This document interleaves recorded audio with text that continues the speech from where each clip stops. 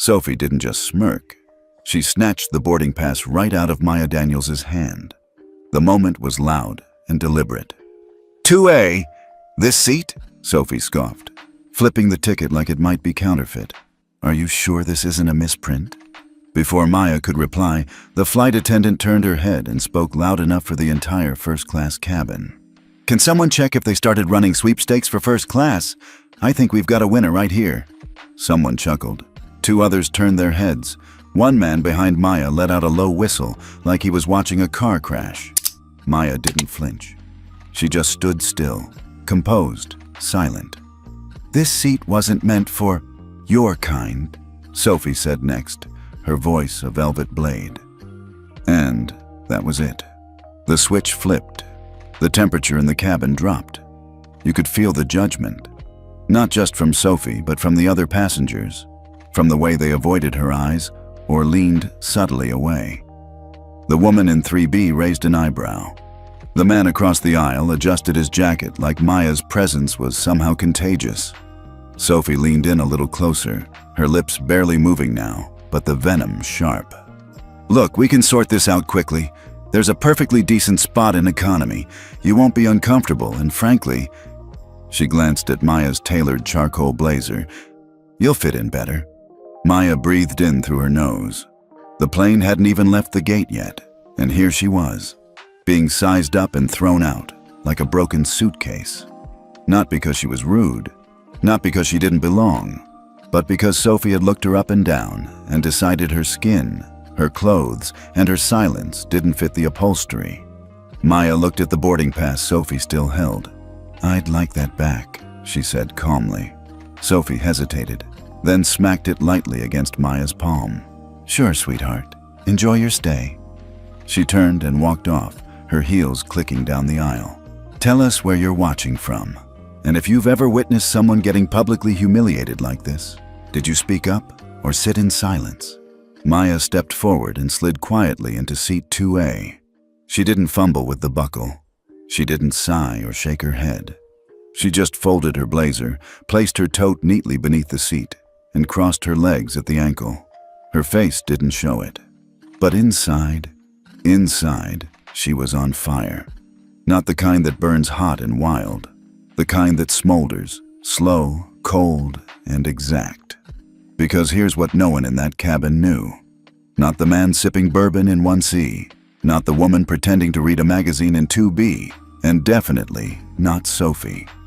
Maya Daniels wasn't just a random black woman in an ill-fitting suit. She was the lead developer of the Flight Crew Behavior Evaluation System, FBES. An encrypted, internationally recognized system designed to anonymously assess in-flight service, bias behavior, and cultural competence across the global aviation industry.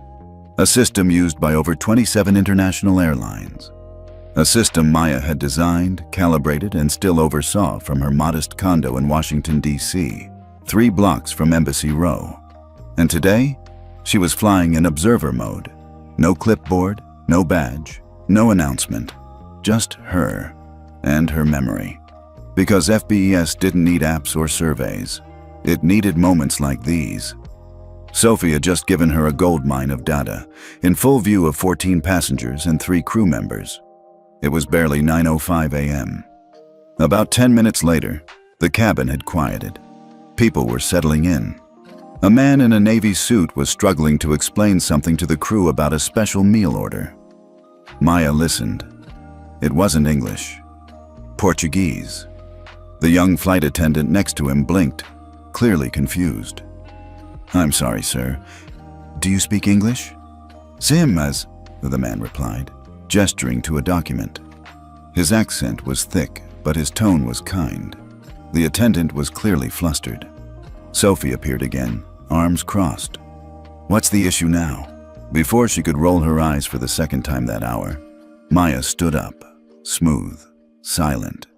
She walked over and spoke, softly but confidently. Com licença, ele está perguntando sobre sua refeição especial. Parece que houve erro na reserva. Posso ajudar? The man lit up. The tension disappeared. And the other passengers? They stared. Maya gave the attendant a quick explanation, still in Portuguese. Then she turned to a couple nearby trying to fill out customs forms and gently shifted to French. A minute later, she answered a woman's question about terminal transfers in German. By the time Maya sat down again, she'd spoken 4 languages in 3 minutes. Sophie didn't say a word this time, just stared and walked away. When the beverage cart finally came around, the attendant from earlier, Carrie, looked nervous. "Would you like anything to drink?" she asked. "Ginger ale, please," Maya said, then added, in perfect Arabic, "And thank you for treating me like a human being." Carrie blinked. She didn't understand the words, but she understood the tone. Maya smiled, took her drink, and returned to her notebook. The pen moved slowly. Each word mattered. Back in the galley, Sophie was fuming. "She's trying to show off," she hissed. "What is this, a TED Talk?" Carrie stayed quiet. She didn't agree, but she wasn't about to argue. Sophie paced. "I swear I'm going to talk to the supervisor when we land. This whole thing feels off." But what was really off was the growing silence around Sophie, the quiet glances, the unease. Because the more Maya Daniels didn't speak, the more her presence echoed. As the flight climbed through 20,000 feet, Maya reclined her seat slightly, eyes on the clouds outside. She wasn't angry. She was focused. In 2 hours, when they landed in Zurich, she'd walk straight into a closed-door meeting with the SkyNova International Standards Board, the very group that helped fund the FBS pilot program. And she wouldn't have to say a single negative word about Sophie. Because the behavior?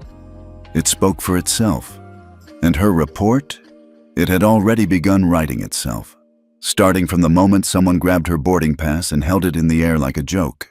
By the time Sophie realized who Maya really was, it would be far too late. The flight had leveled out somewhere over the Atlantic. The cabin lights dimmed. The murmur of conversations settled into a quiet hum, the kind you'd hear in a library, only with the occasional clink of a champagne glass. Maya Daniels sat in 2A, legs crossed, a blanket tucked around her knees. She hadn't touched the welcome drink. Instead, she'd been quietly writing in a slim, black leather notebook balanced on the tray table. Names, phrases, timing, observations. Nothing accusatory, just facts. Every behavior had a timestamp, every comment logged, not for revenge, for record. She paused for a moment and looked out the window. Clouds rolled like waves beneath them, glowing silver under the sun. Peaceful, too peaceful for what had just happened. She closed the notebook softly. That's when the man from across the aisle leaned in. He was in his early 60s, with silver hair and a Swiss passport sticking out of his jacket pocket. His voice was kind, but uncertain. "Excuse me, do you speak French?"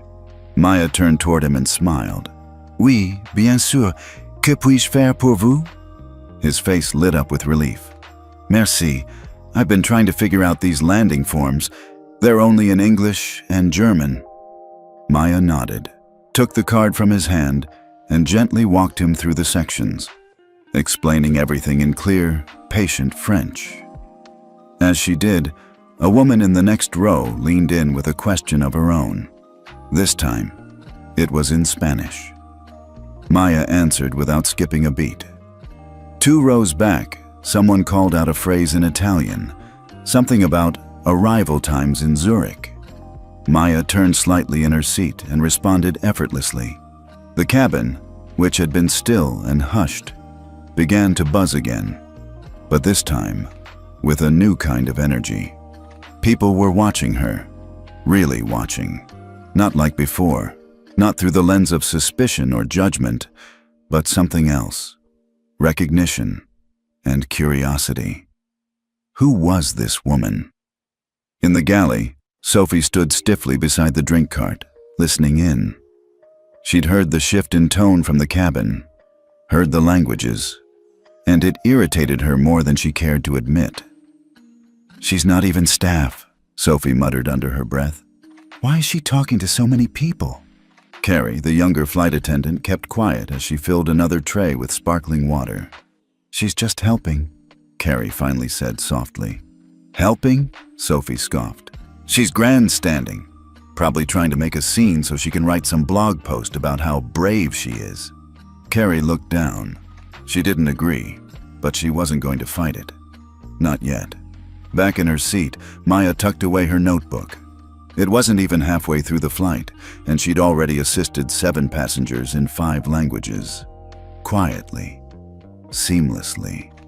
This wasn't her first time doing this, but it might be the first time someone like Sophie would feel the consequences. Not because Maya yelled, but because Maya documented. And in her world, documentation was power. The man across from her leaned in again, more casual now. You're incredible, he said in English. Accent thick but sincere. Are you a diplomat? Maya smiled. No. Translator then? Interpreter? She shook her head. Just observant. He gave her a puzzled look but didn't press. Another hour passed. Flight attendants began serving the pre-landing meal. Small trays with warm bread, a simple chicken or vegetarian option, and small bottles of wine. When Sophie reached Maya's row, she paused. Her smile was mechanical. Chicken or vegetarian? Maya met her gaze. Chicken, please. As Sophie set down the tray, she noticed the black notebook now sitting closed at Maya's side. Her eyes narrowed slightly. You taking notes on the food too? She asked, tight-lipped. Maya didn't answer. She didn't need to. Sophie let the silence hang for a beat too long, then moved on. Her cheeks flushed. Later, somewhere near the coast of Portugal, the first officer stepped out of the cockpit to stretch his legs. He chatted briefly with a few passengers, shaking hands with someone from the back of the plane. When he reached Maya's row, he paused. The older Swiss man in 2B greeted him in French, and then gestured toward Maya. This woman saved us all, he said, chuckling. She speaks everyone's language. The first officer raised an eyebrow. Is that so? Maya smiled politely, saying nothing. Mind if I ask where you're from? He asked, friendly. Washington, D.C. And what do you do? I work in global systems. He tilted his head. Government? Independent. It was vague enough to deflect, but truthful. Well, he said, smiling. Thanks for keeping the peace. As he turned to walk back, he added under his breath. Some of us up front noticed earlier. What happened? Just wanted to say, we see it. Doesn't sit right. Maya nodded slowly. Thank you. A few rows back, Carrie watched the whole exchange, and she noticed something Sophie didn't. The energy in the cabin had shifted. People weren't just tolerating Maya now. They were respecting her, leaning in. And Sophie? Sophie was shrinking, not obviously, but undeniably. About 40 minutes before landing, Maya opened her notebook once more. She logged a final note. Phase 1, passive language observation, complete. Direct cultural insult, recorded. Behavior escalation, mockery plus physical disrespect. Peer passivity, 4 observed, 1 intervention, Carrie. Language engagement, 9 passengers, 6 dialects. Crew perception shift. Initiated, she closed the notebook and slipped it into her bag. It would be uploaded to the FBES system within the hour, tagged under Skynova Flight 717, Zurich route evaluation. The system would flag the interaction. A third party would review the footage silently captured from the in-cabin camera angles, standard on long-haul flights. But the data? The data was already enough. As the captain announced their descent into Zurich, Maya looked around the cabin one last time. People were gathering their belongings, finishing drinks, fastening belts. But a few still glanced her way, not with curiosity, with respect, with the quiet kind of awe that happens when someone breaks a pattern without raising their voice. Carrie passed by once more with a trash bag. She paused, then said quietly, "Thank you for today." Maya looked up. "For what?" "For being better than all of us." Maya smiled gently. "No, for showing us we can be better." And far in the front, near the galley, Sophie stood with arms crossed, watching the seatbelt sign blink on. She didn't say a word, but her jaw was tight, because for the first time in years, she wasn't sure she was the one in control anymore. The cabin lights glowed amber as Flight 717 began its slow descent over the Swiss Alps. Through the window, Maya could see streaks of cloud brushing the snow-tipped mountains, sharp, quiet giants holding up the sky. She closed her eyes for a second. The past few hours had been telling. Passengers who'd looked past her now looked twice. A young couple from Argentina had quietly asked for her help filling out their customs card in Spanish. A Nigerian businessman had leaned over with a customs declaration question in French. And a woman traveling alone from Munich had whispered, "Thank you," in German, before slipping Maya a wrapped chocolate bar. Still, Maya hadn't said much more. Her fluency spoke louder than anything she could say. And yet, she felt the eyes again. From the front, from the cockpit door. It happened just after the captain's second descent announcement. The cockpit door opened briefly, and a tall man in his late 50s stepped out. Neat gray hair, crisp uniform, and the calm energy of someone who'd flown through more turbulence than most people had lived through. Captain Owen Halbrook. He made his usual check-in with the lead flight attendant near the galley, then paused, glancing toward the cabin. That's when he saw her, and paused. Maya was helping the Swiss man across the aisle close his overpacked carry-on. The captain raised an eyebrow. He leaned in to speak with the co-pilot, then nodded once toward Sophie, who was busy wiping down a service tray. "Who's that in 2A?" he asked, low. Sophie didn't even glance over. "Oh, her?" she said, casual. "No one. Just a loud first-class guest who thinks she's a flight app." Halbrook frowned. "I've heard her speak 5 languages in the past hour. Who exactly is she?" Sophie shrugged. "I didn't catch her name. She's not VIP or crew. Probably someone from a charity upgrade." That didn't sit right with Halbrook. He'd been flying for 30 years. He'd seen people try to act important before, but this was different. There was a precision to how Maya carried herself. No ego, just fluency and presence. He turned to his co-pilot. "I want to speak to her." Less than a minute later, the cabin phone rang. Carrie walked over to Maya's seat, a little hesitant. "Ms. Daniels, the captain would like a quick word with you in the cockpit, if you're comfortable." Maya blinked. She hadn't expected that. "Now?" she asked, careful not to sound alarmed. "Yes, ma'am. Just a moment. Nothing serious." Maya nodded, stood, and followed Carrie to the front. As the cockpit door slid open, the quiet changed. Inside, it was cooler, sharper, filled with hums and blinking green panels. The co-pilot gave a polite nod and stepped slightly aside. Captain Halbrook turned from his seat. "Ms. Daniels," he said warmly, offering his hand. "Thank you for coming." She shook it. "Captain, I just wanted to say," he gestured toward the passenger cabin. "That was impressive. I've never seen someone switch across so many languages so effortlessly. You made our job easier today." Maya gave a quiet smile. "Glad I could help." There was a pause.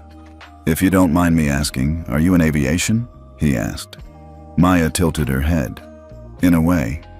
"Airline rep? Diplomat? Consultant?" "Independent," she replied. The captain chuckled softly. "You folks always say that." She didn't elaborate, just kept her gaze level.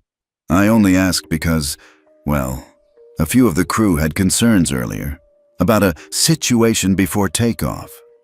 She said nothing, just waited. "I wasn't there," he continued, "but I believe in handling things directly and fairly. So if anything made you uncomfortable today, I'd like to hear it." Maya nodded slowly. "I appreciate that, Captain, but I don't need an apology." He looked surprised. I don't even need a correction, she added. Then, what do you need? She looked out through the windshield at the sky opening up ahead.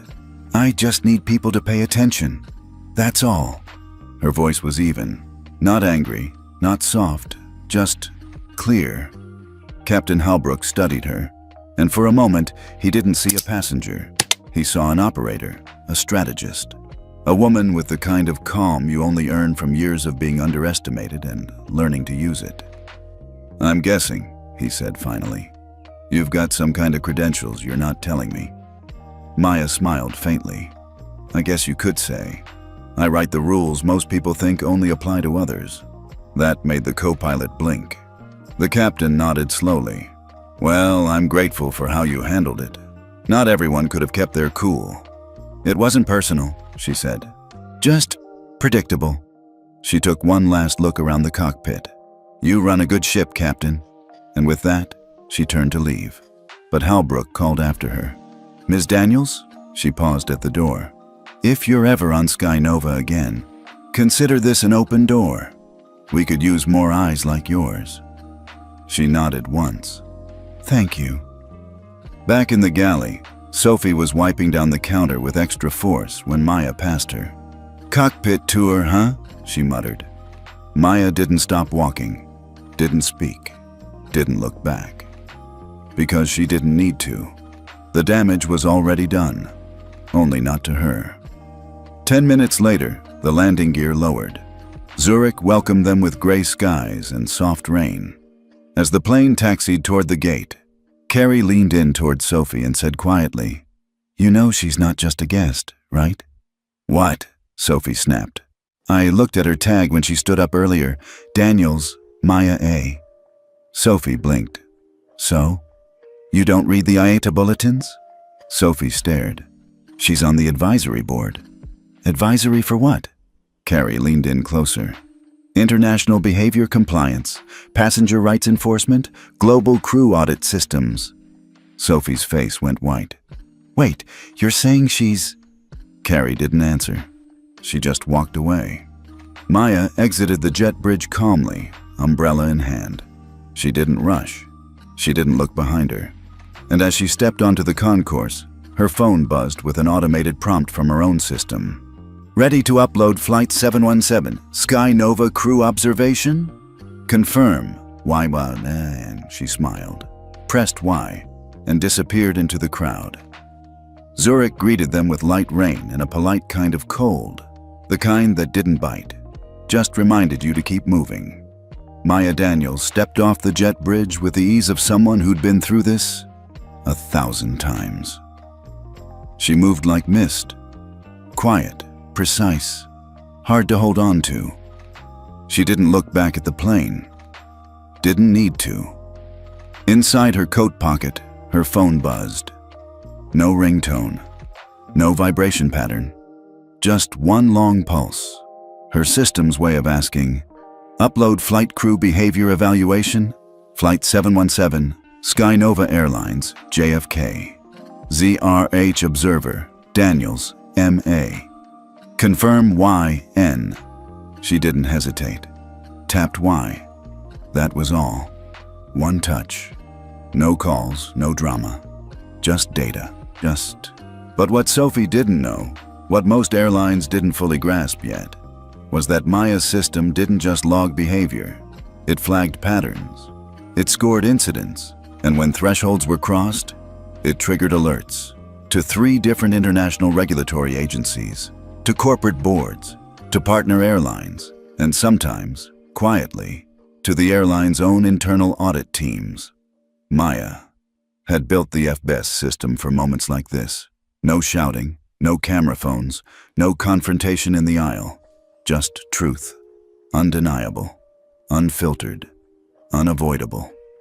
By the time Maya made it through customs, the wheels were already turning. At the Sky Nova European office, 10 floors above a Zurich train station, a red alert pinged the inbox of the chief compliance officer.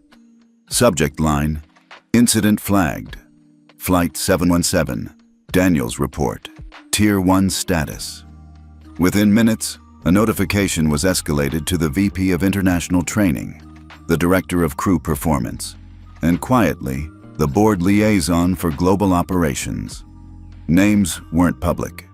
Not yet. But the system had logged. Sophie Landon, Lead Cabin Attendant Behavior, Tag. Targeted Derision Incident Level, 4.3.2. Public humiliation of passenger based on perceived socioeconomic status. Supporting tags, 4.4.7. Cultural bias, 4.6.1. Insubordination to rank authority, implied. Severity score, 9.1. 10 threshold for investigation, 6.0. Sophie had no idea. Meanwhile, Maya checked into a small hotel just off Bahnhofstrasse. Nothing flashy, but with strong espresso and quiet hallways. She set down her bag, removed her coat, and poured herself a glass of still water. She didn't smile, didn't sigh, just sat down, pulled out her notebook, and logged one final note. Auditor presence still undetectable. Bias still assumed safe in uniform. But the tide is turning. She folded the cover shut, let the silence do the rest. Back at Sky Nova HQ in New York, a junior HR analyst received an automatic compliance alert labeled Flagged Behavior, International Route. She'd never seen the system escalate so quickly. Her supervisor stepped in. What flight? 717, JFK to Zurich, first-class cabin. The supervisor scrolled through the summary and froze when she saw the auditor ID. Maya Daniels? You know her? He nodded slowly. She designed the compliance metrics that built this department. At the same moment, Sophie was still on the tarmac, overseeing cleanup. Her shift wasn't done yet. She hadn't noticed the change in tone from the other attendants. Hadn't seen the way the captain avoided eye contact. Hadn't realized Carrie had quietly submitted her own internal note citing concerns about professionalism. Sophie thought she was in the clear, until the call came in. Crew Lead Landon, please report to Zurich Flight Operations, Room 4B. No explanation, no warning, just a location. Sophie frowned but obeyed. Maya, meanwhile, was walking the cobblestone streets of the old city, umbrella in hand, blending in like any other tourist. No one would know she had just changed someone's entire career path with a single upload. And she preferred it that way. Her work wasn't about public shame. It was about systemic accountability. Sophie's mistake wasn't just rudeness. It was confidence in impunity, the belief that some uniforms made cruelty safe. That belief would be dismantled now, piece by piece, and not by shouting, by scorecards, by systems, by structure. The next morning, a global crew bulletin went out to all Sky Nova flight staff. As part of our ongoing commitment to inclusive service standards and international passenger dignity, all crew will now undergo quarterly behavior calibration reviews, effective immediately. This includes randomized auditor presence and expanded feedback scoring models across premium cabins. It was signed, Maya A. Daniels, IATA Oversight Partner and Lead Architect, FBES Compliance Division. Sophie read it in a break room in Zurich, coffee growing cold in her hand. She didn't move for a long time. She didn't have to. The message was already loud and clear. Zurich, 7:22 a.m., rain tapping glass like distant applause. Maya Daniels sat in the corner booth of a cafe tucked behind the IATA Regional Building. Double espresso in front of her, laptop open, cursor blinking. To anyone else, she looked like a traveler checking emails before a meeting. But to the system she'd built, she was inputting the final layer of a comprehensive behavioral incident report. Flight Crew Behavior Evaluation Report, Flight 717, Sky Nova. Observer ID. Daniels, Maya A. Submission. Final score, 9.110. Tier 1 violation triggered. Flagged subjects. Landon, Sophie, Lead Cabin Attendant. Supporting, Crew, Carrie M. Neutral. Hallbrook, Owen, Supportive Witness. She didn't embellish, didn't editorialize, just the facts. The tone Sophie used, the moment the boarding pass was taken, the passive-aggressive sarcasm, the shift in tone when foreign languages began. All of it time-stamped. Neutral, cold, professional. Once she hit submit, the report fed into 3 systems simultaneously. Sky Nova Internal Ethics Portal, IATA, Global Crew Oversight System, Partner, Airlines Shared Crew Evaluation Network, SCEN. Within minutes, Sophie Landon's name would be flagged in 6 different airline databases, and the incident would be non-erasable. Back at Zurich Airport's Flight Operations Office, Sophie adjusted the cuffs on her blazer, still unaware. She'd been summoned for a routine debrief, which didn't make sense. She'd done at least 50 transatlantic flights. Debriefs weren't scheduled unless something was off. As she entered room 4B, she noticed a woman she didn't recognize. Mid-40s, sharp suit, no uniform. 2 other men sat beside her in neutral blazers. The badge on the table read, Ethics and Compliance Liaison, Sky Nova Europe. That's when Sophie's stomach dropped. Meanwhile, Maya walked across the quiet cobblestone to the IATA building's east wing. She didn't need to speak to anyone. Her presence had already been logged through secure facial ID at the door. As she passed the central security room, one of the technicians nodded. "Good morning, Ms. Daniels." "Morning, Dominic." He paused. "Is this about the JFK Zurich run?" She smiled faintly. "It's always about the pattern, not the incident." He gave a slow nod. "I'll keep the review tags elevated for the next 30 days. "Make it 90, she said. "I have a feeling this isn't isolated." Back in room 4B, Sophie sat stiff-backed while the compliance officer across from her flipped through a slim packet of documents. "Ms. Landon," the officer began, "this is a courtesy meeting before our full investigation begins." "Investigation?" Sophie blinked. "Of what?" "A formal report was submitted through the FBES system regarding your conduct during Flight 717. Sophie's breath caught. "By who?" The officer didn't answer directly. "The report includes third-party verification, crew witness references, and time-stamped behavioral markers." Sophie swallowed hard. This is a misunderstanding. That woman was trying to show off. She was being disruptive." The officer turned a page. "She was recorded assisting 9 passengers in 6 languages." "Exactly. She was interrupting service. Or," the officer said evenly, "she was repairing what you failed to deliver." Silence.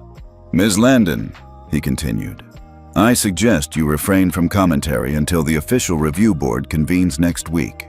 Until then, your international route eligibility is suspended." Sophie's face turned pale. "Suspended? For what? Being a little sarcastic?" "No," the woman beside the officer spoke for the first time. "For being unfit to represent this company on global routes, and for treating a verified observer with arrogance and contempt." That's when it hit her. Observer. Sophie leaned back slowly, eyes narrowing. She was a plant. No one confirmed, no one denied. But the silence was louder than any answer. Later that day, Maya sat in a private briefing room with a representative from Sky Nova's executive board. A woman named Anika with silver-rimmed glasses and a calm, polished tone. "Ms. Daniels," she began, "on behalf of the board, I want to thank you for your discretion and for your thoroughness." "Thank the system," Maya replied. "I just helped build it." Anika smiled. "Still, it's rare to have real-time feedback with this level of precision." "The data's only part of the picture," Maya said. "It's what you do with it next that matters. We plan to act accordingly." There was a pause. "You flagged 5 other flights over the past 90 days, Anika added. Maya nodded. "Behavior repeats where impunity breeds. Would you consider coming in to advise our new global crew training division?" Maya paused. "Maybe, but right now, I'm more useful in motion." Anika understood. She extended a hand. "Well, motion or not, the industry needs more of you." Maya shook her hand once. "No, it needs fewer of her." Back in the staff lounge, Carrie sat with her coffee untouched, scrolling through her messages. She'd just received an internal memo. Flight 717. Observer verified, incident confirmed. Route flagged for performance audit. Further staff disclosures welcome. Confidentiality protected. She hesitated, then typed, "I'd like to speak to someone. I saw it happen too." Send. She exhaled. It wasn't courage. It was clarity. By the end of the week, Sophie Landon's name had been quietly removed from the active long-haul roster. No public announcement, no HR blast, just a silent reshuffle, and a reputation that would never fully recover. Meanwhile, Maya boarded her next flight, this time as a silent observer on a different airline, heading to Dubai. Same mission, different names. But the system, it always remembered. And so did she. Sophie Landon had been grounded for 3 days. At first, she convinced herself it was just a scheduling fluke, maybe a crew reshuffle, maybe someone forgot to input her leg assignments. But by the 4th morning, her dashboard still read, "No upcoming flights," and her emails to scheduling went unanswered. That's when the silence stopped feeling normal and started feeling like a warning. The signs were subtle, but undeniable. Her security badge still worked, but now it beeped yellow instead of green at certain doors. The crew lounge, where Sophie once strutted in like she ran the floor, had gone cold. Conversations trailed off when she entered. Colleagues glanced at her, then back at their phones. Carrie, the junior flight attendant who used to hang by her side, now sat with ground crew she'd barely spoken to before. When Sophie waved, Carrie pretended not to see, and then came the text. From someone in ops. Just 4 words. Class 4, audit. Be careful. Her stomach twisted. Across town, Maya Daniels sat in a quiet conference room overlooking Lake Zurich, her laptop open to the flight crew behavior evaluation system dashboard. She sipped green tea, her eyes moving calmly across the screen. Subject, Landon, Sophie. Flight 717. Status, Tier 1 violation. Active flag escalation phase. 2 of 3. Phase 3 meant permanent interline red flagging, which meant no long-haul assignments, no international rotations, no cross-partner access. In airline terms, career exile. And the most devastating part? Maya hadn't raised her voice, not once. She hadn't filed a complaint or spoken to the press. She had simply observed, documented, submitted. And now the system was doing what it was designed to do. Hold people accountable, quietly. At Zurich Airport's flight ops office, Sophie received a notification.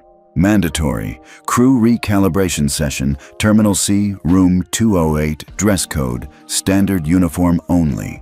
No pins, no stripes, no rank indicators. Time, 08 Noir. No pins, no stripes, no status. They were flattening her, symbolically and literally. Sophie's jaw clenched. She tapped the notification, but there was no reply option. Just a message at the bottom. Attendance confirmed. The next morning, she arrived sharp at 7:55. Hair tight, posture straighter than usual, smile perfectly neutral. But when she stepped into room 208, the air changed. 12 other uniformed crew members were already seated, all of them stripped of rank, just like her. Some she recognized, some didn't look up. At the front of the room stood a man in a gray blazer with no name tag, no airline logo, just a clipboard. "Good morning," he said, his tone almost too calm. "This is your recalibration session. You've been selected due to behavioral flags detected through FBES on your recent routes." Someone scoffed in the back. "That system is a joke." The facilitator didn't blink. FBES is not a survey or an algorithm. It is an observer-led compliance framework embedded in international aviation policy. Sophie raised a hand, tone sharp. "And who's behind it? Observer identities are protected, per IATA's confidentiality agreement, Section 7C. So, what? We're just being secretly graded now? "No," he said evenly. "You're being transparently held accountable." Silence fell again. But it wasn't just awkward. It was heavy, like everyone could feel the invisible presence of the person who had done this, and none of them knew who she was. At that very moment, Maya was boarding a different flight. Same mission, new airline, different crew. She moved through the terminal with no badge, no title, no name anyone recognized. Just her tote bag, her notebook, and her silence. As she stepped onto the plane, a man in business class was berating a woman in a hijab over the overhead bin. Maya didn't intervene. She didn't lecture. She didn't even frown. She watched, took a mental note, and sat down. Back in Zurich, Carrie received a message from HR. Optional submission, additional input, Flight 717 incident. Your feedback remains confidential. She stared at the screen for a long moment, then began to type. I was there. I saw what happened. Ms. Daniels was respectful.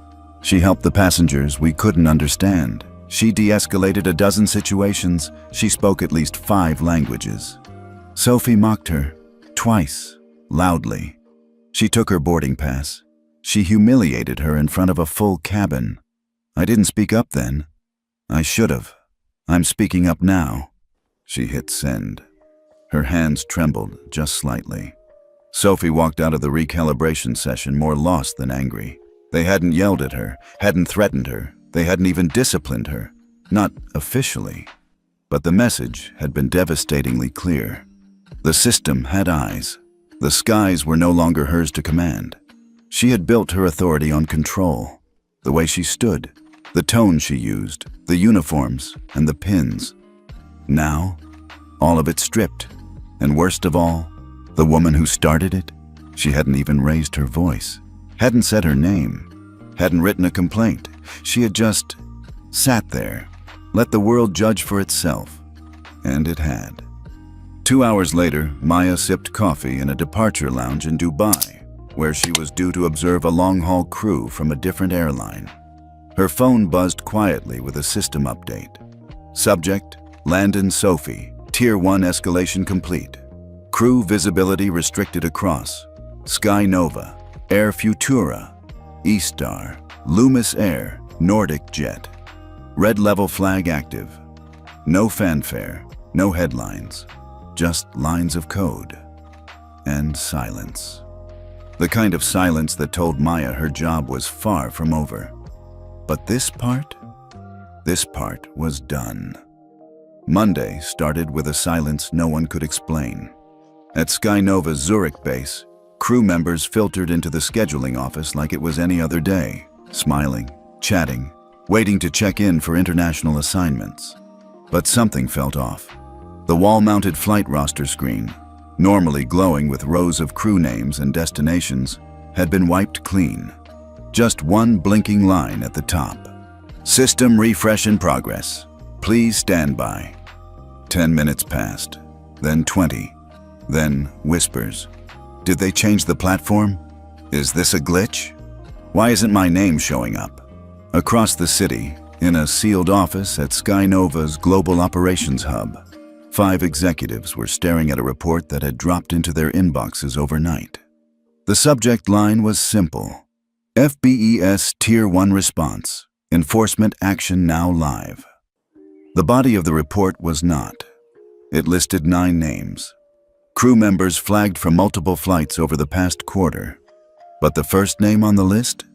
Landon Sophie, LAD cabin crew, Flight 717.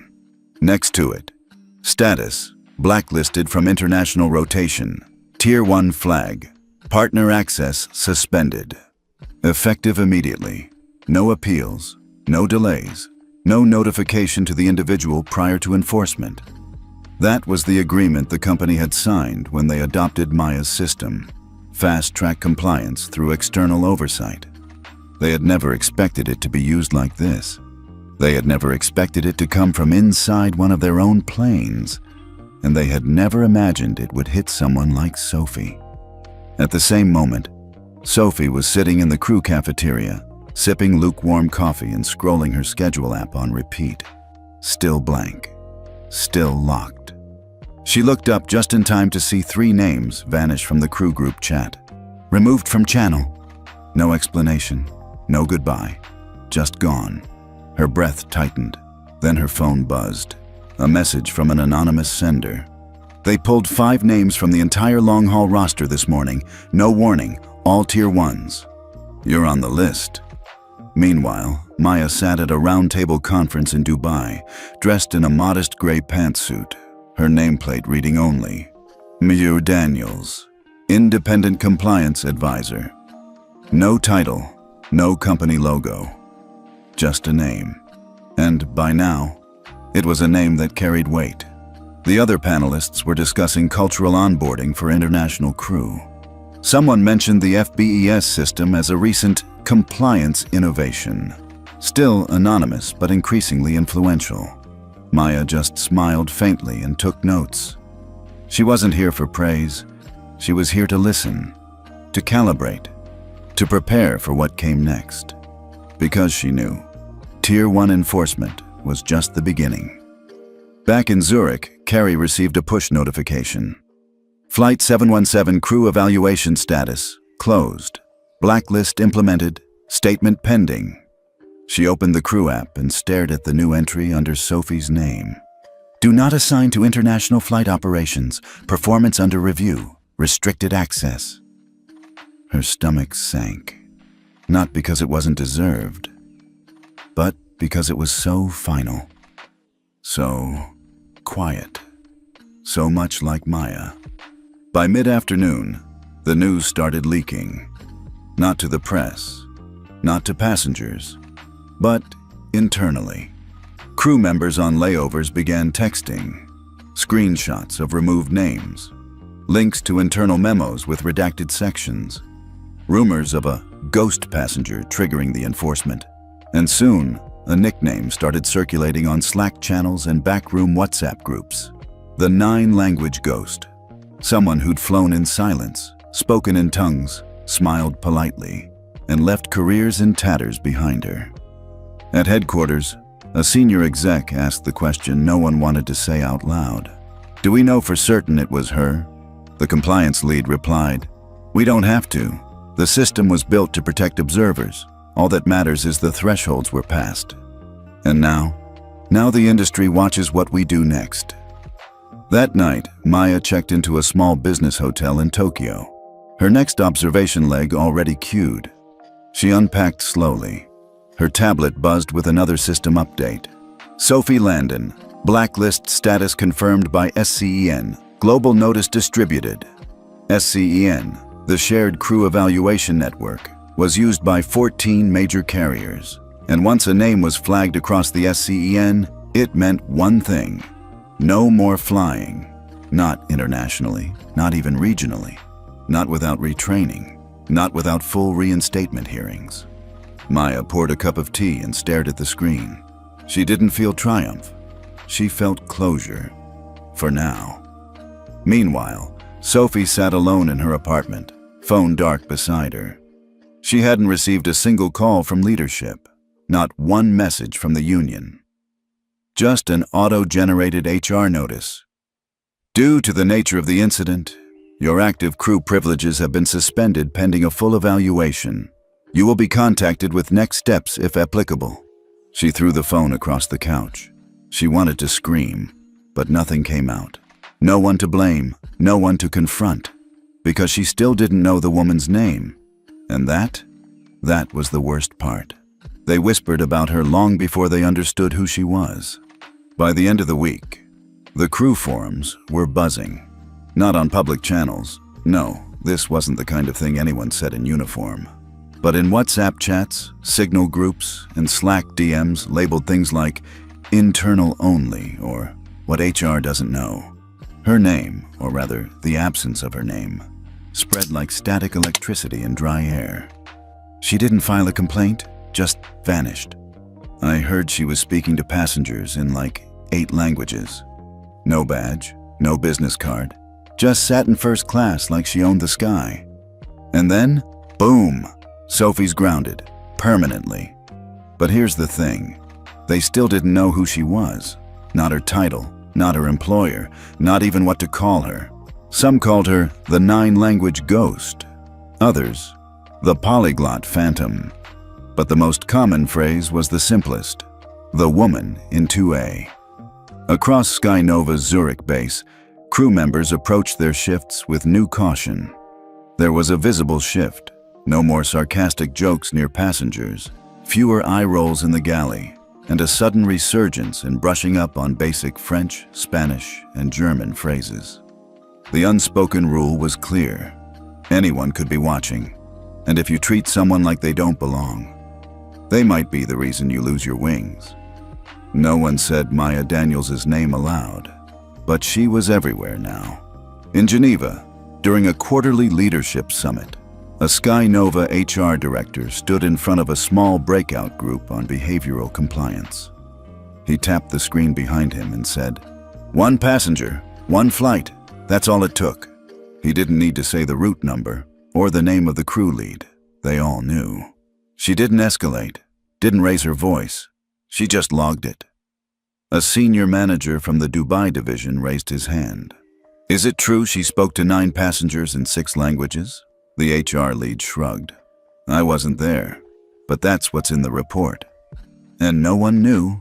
"She didn't have to be known," the HR director said. "That's the point. If someone needs to announce their authority, they probably don't have any." The room fell quiet. Someone in the back muttered, "Damn." And to think, Sophie used to brag that no one could touch her. In a lounge in Munich, 2 junior attendants traded glances after their gate debrief. "What if we get someone like her on our flight?" "You mean the ghost lady?" "Yeah." One of them pulled out her phone. "Honestly, I bookmarked some French phrases just in case." They both laughed nervously, but underneath, they weren't joking. Back in Tokyo, Maya moved through Haneda's terminal with a linen tote over her shoulder and headphones tucked around her neck. She didn't move like a corporate executive or a high-profile consultant.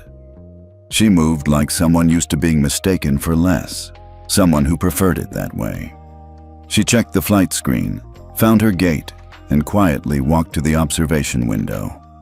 From the outside, she looked like any other frequent flyer, but internally, she was reviewing a profile of her next flight, a trans-Pacific route with a crew that had 3 minor flags and 1 borderline behavioral score hovering at 5.9.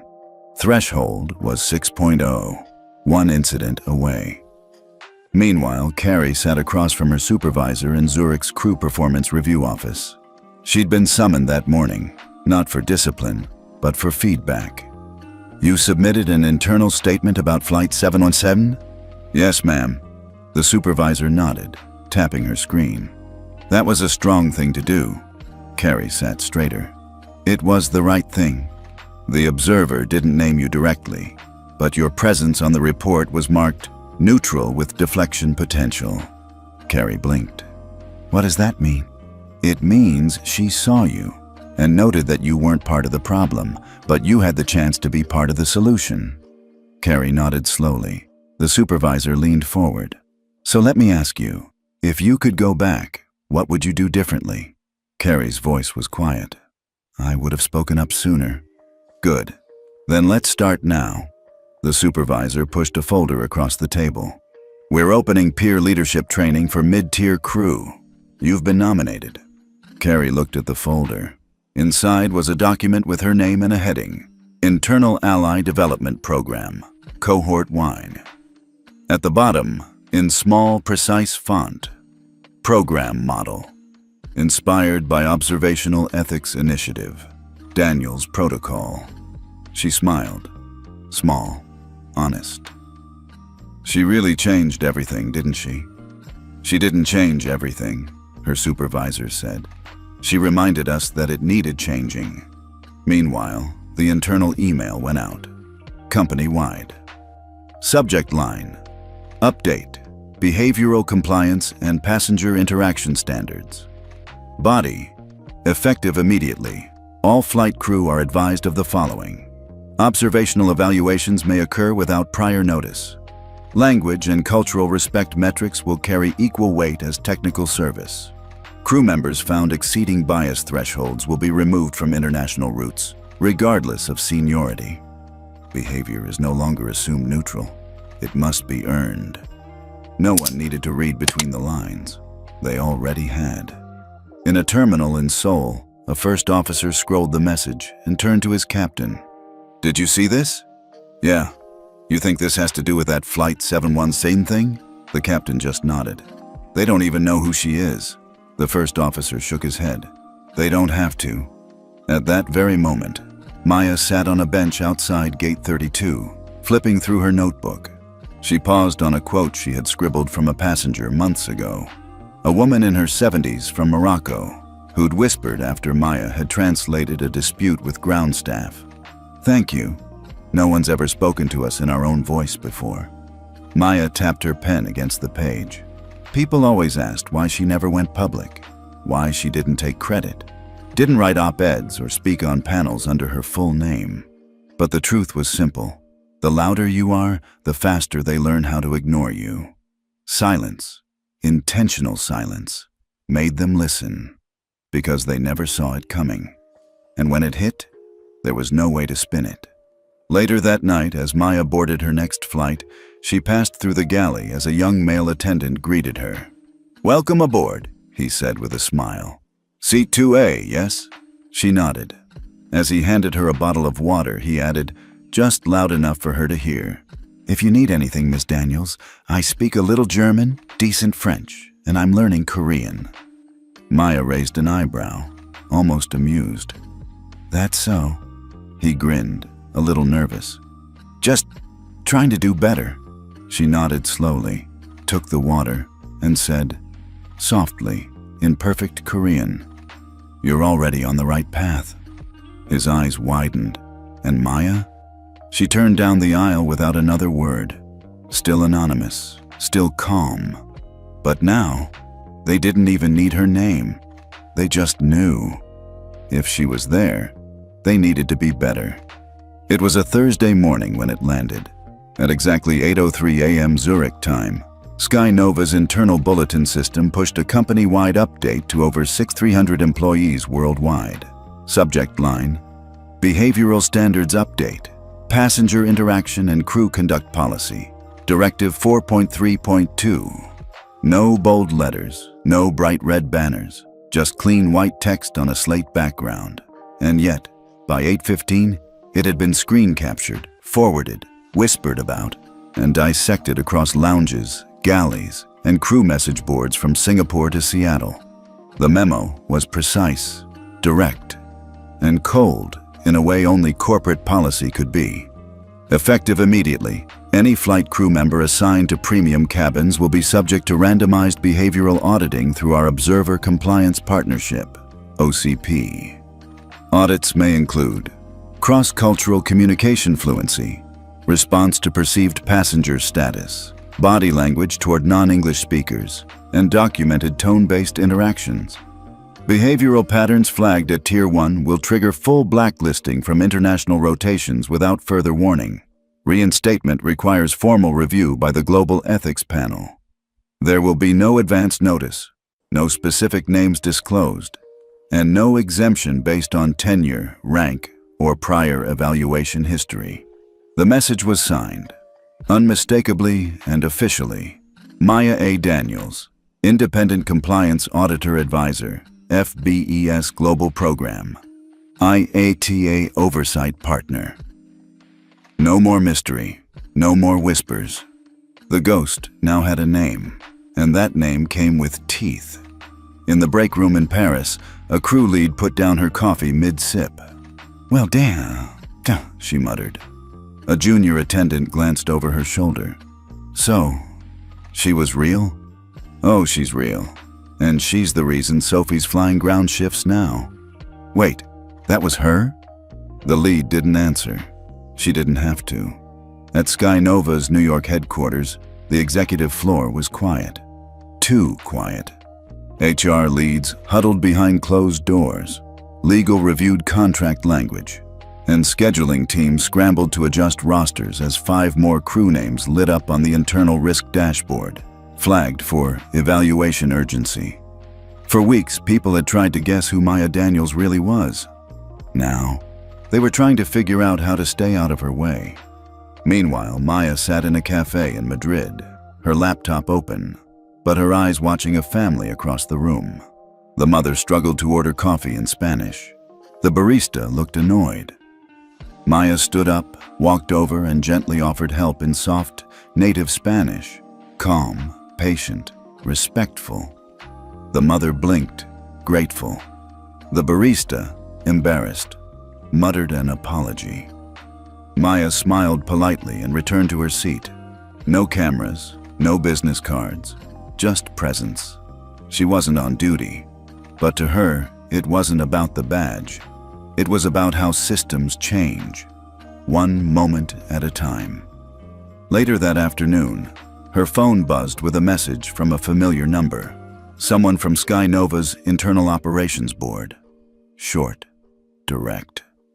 The memo's live, and so is your name. Maya didn't reply. She simply clicked into her dashboard and checked the flag updates. 7 new cases had opened within the last 48 hours. 2 of them were already self-reported, crew stepping forward before being named. She marked both as acknowledged. That was the power of quiet justice. You didn't have to punish people to make them change. Sometimes it was enough just to show them the mirror. Back in Zurich, Carrie scrolled the memo again, her jaw slack. She reread Maya's name 3 times. She whispered to herself, "I knew it." Just then, her phone buzzed. A group chat of 6 other junior attendants had lit up with a screenshot of the memo and one question. "This is her, right? The woman from 717? Carrie hesitated, then typed back, "Yeah, it was her." And she didn't have to say a word to change the whole damn industry. In Dubai, during a training session for newly promoted first officers, the lead instructor paused halfway through a presentation on international cultural protocol. "Take this seriously," he said, tapping the screen. "There's no such thing as small behavior anymore. If you think no one's watching, you're already on the report." Someone asked, half joking, "You mean Daniels?" "I mean the standards she represents," the instructor replied. "Daniels just made them harder to ignore." At an internal roundtable, Sky Nova's new director of training asked her team, "How did we let this go so long?" One of the senior consultants said quietly, "Because we promoted efficiency over empathy, and the system adjusted." The director nodded. "Then it's time we adjust too." That same evening, Maya was on a short-haul flight to Lisbon. She sat in seat 1A, just for convenience. She didn't expect anything unusual, but halfway through the boarding process, the lead flight attendant approached her.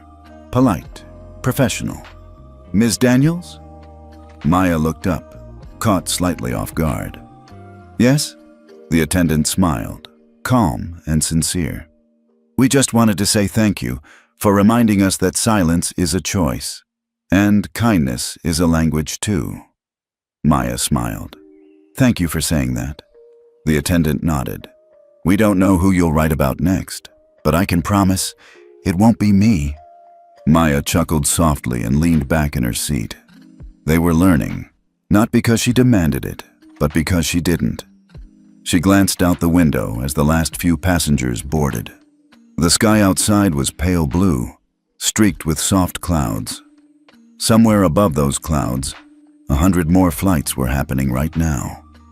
Some crew respectful, some not yet. But they were starting to ask the right questions, and sometimes that was all it took. Have you ever witnessed someone change an entire system without saying a word? Tell us where you're watching from, and if this kind of quiet power speaks to you. The ballroom lights dimmed to a warm amber glow as the keynote speaker stepped down. A polite wave of applause rippled through the room, followed by the faint clink of coffee cups and shifting chairs. In the back row, Maya Daniels adjusted her name badge, subtle, lowercase, clipped to the hem of her blazer. It read, M. Daniels, FBES Program Advisor, Observer Class 4. She hadn't expected to speak today. She rarely did.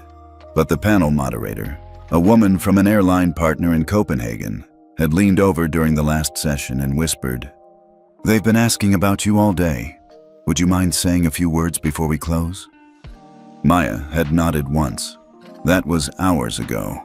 Now, she stood behind a podium at the World Ethics in Aviation Forum, facing a room of 300 executives, compliance officers, and training directors from across the globe.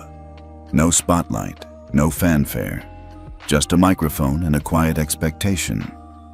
She began the way she always did, with stillness. Then, "I wasn't supposed to be here." A few heads turned. At least not in the way people imagine "here" should look. She let the words breathe. "I was once a night janitor at a logistics firm not far from where one of you is sitting now. Most nights, no one saw me. That wasn't the worst part. The worst part was when they did." A quiet rustle across the room. Someone set down a glass. A chair squeaked. They saw the mop, the uniform, the silence, and they made decisions, assumptions, based on what I wore, not what I knew. Her voice didn't rise. It didn't need to. I didn't challenge them, not with arguments or anger. I just kept learning. 9 languages, 2 systems, 1 child, 0 shortcuts. She smiled gently. Eventually, I helped design a framework for monitoring bias in flight crews. We called it FBES, Flight Crew Behavior Evaluation System. You call it your quarterly headache. A few in the room chuckled. I've heard all the nicknames: Ghost Passenger, Language Lady, even the Woman in 2A. I don't mind. She looked around. "Because I didn't come here to be remembered." A pause. "I came to make sure the right people are no longer forgotten." Silence. Then, slowly, applause. Not roaring, but real. Afterward, several executives approached her near the coffee tables in the lobby. One of them, a tall man with silver hair and a Sky Nova pin, extended his hand. "I wanted to say, I knew Sophie. I trained her." Maya held his gaze. "Then you probably know why I didn't say her name." He nodded, tight-lipped. "You didn't have to." Another exec leaned in. "The new behavior policy? We've added it to onboarding, with your name in the handbook." "Remove it," Maya said calmly. They blinked. "Put the policy in, but not the name." "Why?" "Because this isn't about me. It never was." Meanwhile, back at Sky Nova's Zurich base, Carrie sat at her gate, reviewing a pre-flight checklist. She'd been promoted, officially, just 2 days earlier. Peer lead, international cabin class. Not because she was perfect, but because she'd seen what not speaking up cost. As she closed her tablet, her fellow attendant nudged her. "Hey, did you see the clip from the ethics forum?" "Maya?" Carrie smiled. "Yeah, watched it twice. You ever talk to her again?" "Nope. Do you want to?" Carrie thought for a second, then shook her head. She said everything that needed saying. In the forum hallway, Maya passed by a large banner with all the speaker names and headshots printed in sharp color. Hers wasn't there. Deliberately, she had asked to be left off. Someone had scribbled her name in pen on the corner of the white space near the bottom. Nothing official, just Maya, 2A. She smiled. Back in her hotel room that night, Maya took off her blazer, folded it neatly, and sat by the window. Outside, Zurich glowed with soft street lamps and distant train sounds. She opened her notebook, scribbled 2 lines. "Still don't know what they expected me to be.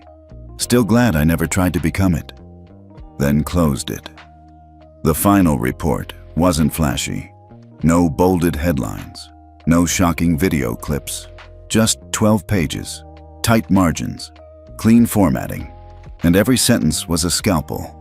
Maya Daniels uploaded it from a quiet hotel room in Oslo.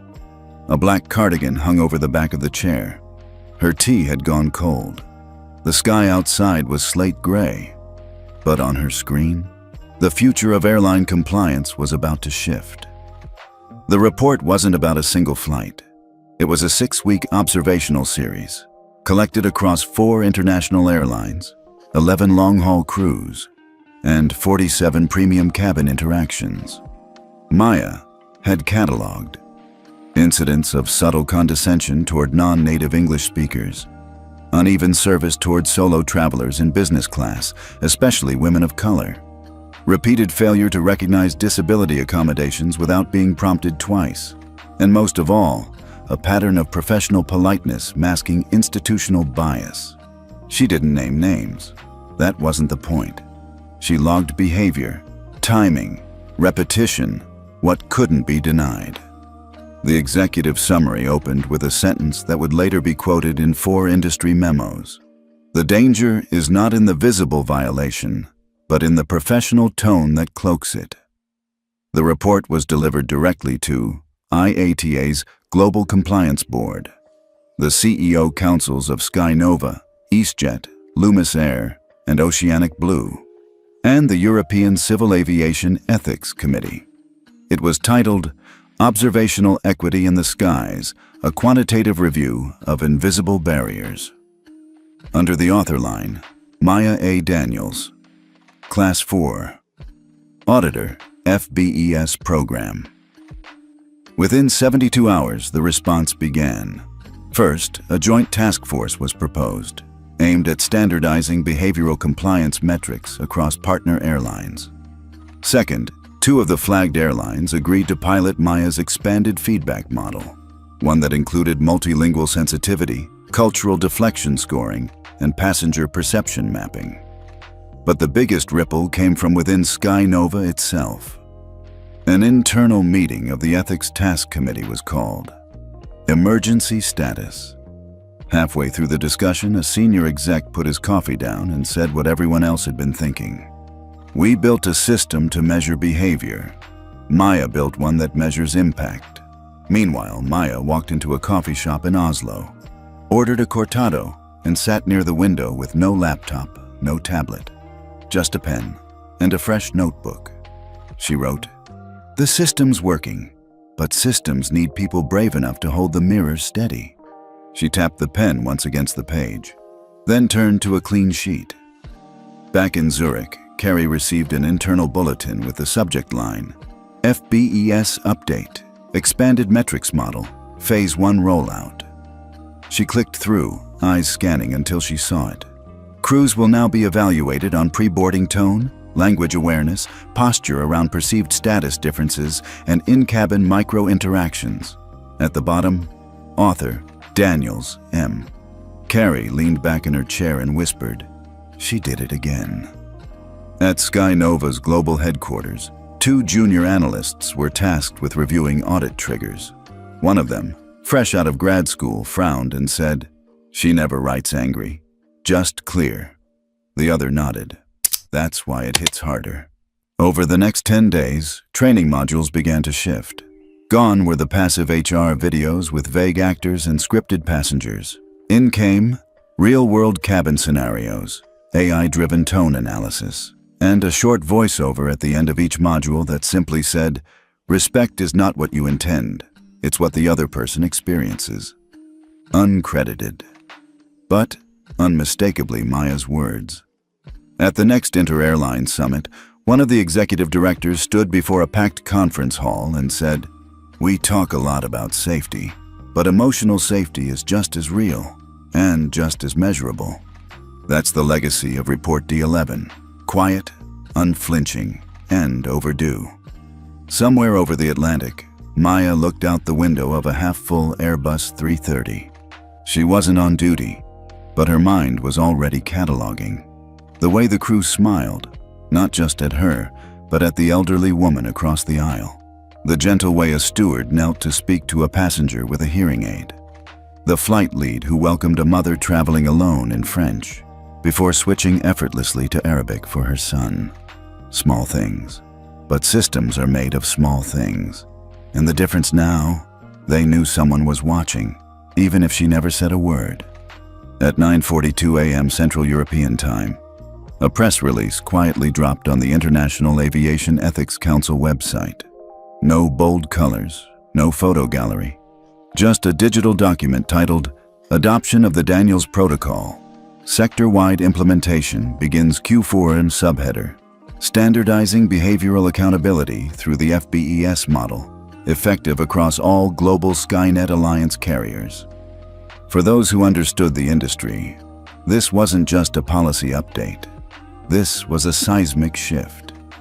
Maya Daniels was walking through a quiet terminal in Stockholm when she saw the headline scroll across the corner of a departures TV screen. FBES, from silent audit to international standard. She didn't stop walking. She didn't smile. But she did breathe in a little deeper, because she hadn't built the system to make herself famous. She'd built it to make arrogance expensive. Meanwhile, in an airline boardroom in London, an executive stared at the printed version of the policy, flipping to the second page. There it was, the new name for their internal cabin conduct benchmark, the Daniels Index, tiered scale for professional passenger engagement. No longer optional, no longer whispered. It was written into training manuals, framed on cabin walls, coded into compliance software. The name Daniels now appeared in onboarding orientation slides, multilingual crew briefings, and even in the AI scripts for predictive customer experience modeling. Per Daniels Tier 3, ensure tone alignment in secondary language delivery. Per Daniels Tier 1, escalate all service discrepancies tied to perceived bias. She had become a metric, and that was the legacy. Not noise, structure. Carrie was the first to notice the change from the front lines. She was midway through a flight to Nairobi when a passenger, an older woman in a bright floral headscarf, struggled to understand a customs form. Before the woman could even ask, the new junior crew member knelt beside her and said gently in Swahili, "Can I help you complete this?" Carrie blinked. The woman's eyes lit up. So did her daughters, seated beside her. The crew member never looked up for praise. She just returned to her position like it was normal. And maybe, now it was. Back at Skynova's Zurich training facility, instructors were rehearsing a new simulation module.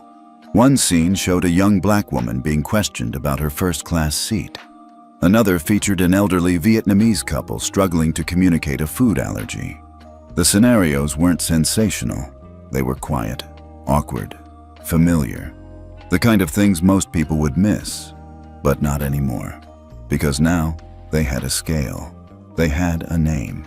That interaction's a Daniels 2.7, the instructor said. Tone mismatch, slight cultural invalidation, no recovery. The trainees nodded. They understood. In New York, a marketing intern in Skynova's comms department was tasked with updating the public-facing website for compliance standards. She paused when she read Maya's name in the source materials. "Is she the one from that flight?" Her manager nodded. "The one in 2A? Another nod. "Is she like a VP or something now?" "Not even on staff," the manager said. "She just changed the industry anyway." The intern didn't say anything. She just saved the file and whispered to herself, "That's the kind of woman I want to be." Maya, meanwhile, sat in a lounge in Toronto, watching the rain beat along the window. She didn't check her name online, didn't scroll through the forums talking about the new index. She was already reviewing a new report, a new pattern, a new crew. Because for Maya, it was never about the headlines. It was about what came next.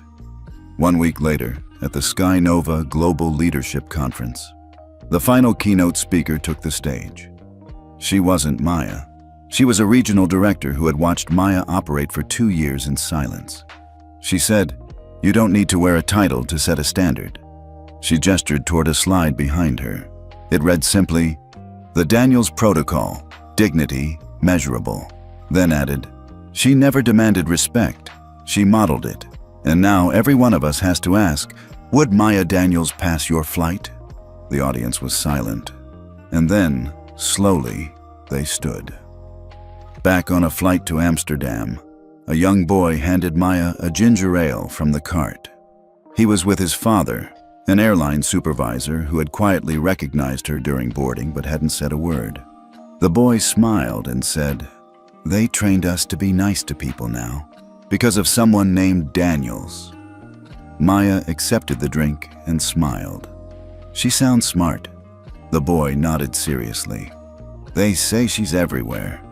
Have you ever seen someone change everything without shouting, without titles, without permission? Tell us where you're watching from, and who you think the real heroes are in your world."